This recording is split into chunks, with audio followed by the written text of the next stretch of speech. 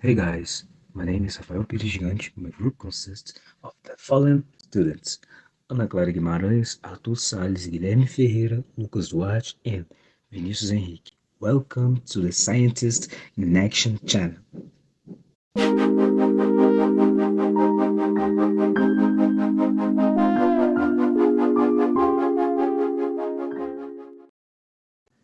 In this video, we will explain the butterfly effect. We've all heard of the butterfly effect. It's the essence of chaos theory.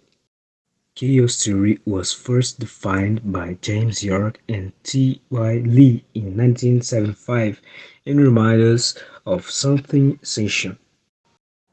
However, we now accept that anything can happen at any time that can change everything. In fact, meteorologists and mathematicians work with the uncertainty on a daily basis. In 1961, Edward Lorenz tried to create a computer that could predict the weather. During process, he noted that the entire system began to exhibit unpredictable behavior. This was due to an American roaring error. Later, this experience would help define the butterfly effect. Let's start with mathematics. For this, let's talk about fractals.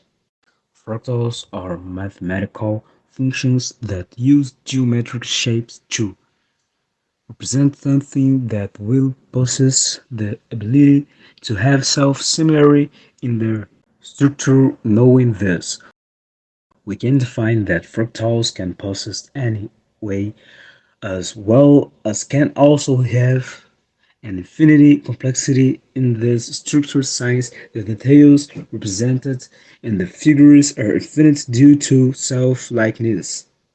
In view of this, we can associate the forms of these figures with the theories of chaos, and this theory supposes that stability over time can become something unpredictable in future events, that is, something significant before a system can become something very relevant to where it is. Chaos theory represented a major challenge for classical physics, governed by Newton's laws. According to the laws, when the initial conditions of an object are known, it will be possible to predict, with relative ease, its behavior in the future. Chaos theory is revolutionary because it states that even for Newtonian physics, there may be cases where, at first, determinism is right, but in practice, the system seems to behave unpredictably, as throwing dice. Paul Halper. One of the identifications of the butterfly effect is recent years occurred in an experiment conducted by researchers of Universidad College London and published in Nature. The work was done evaluating the behavior of an electrical signal in the brain of a mouse. A single nerve impulse generated a neuron was able to reach approximately more than 30 adjacent neurons. The influence that one neuron causing another makes it possible to understand that the normal state of function of the brain depends on the existence of caught behavior in the organ. Thus, it attests that butterfly effect is a real phenomenon for science and is characterized even as a fundamental factor for the functioning of one of the most important organs of the human body. How this happens. In this video, we discuss how the beating of a butterfly's wings can generate a typhoon.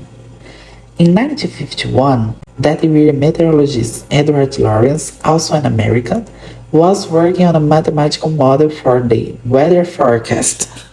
To do this, he introduced date, search structure, humidity, pressure, and wind direction into his computer and observed the results.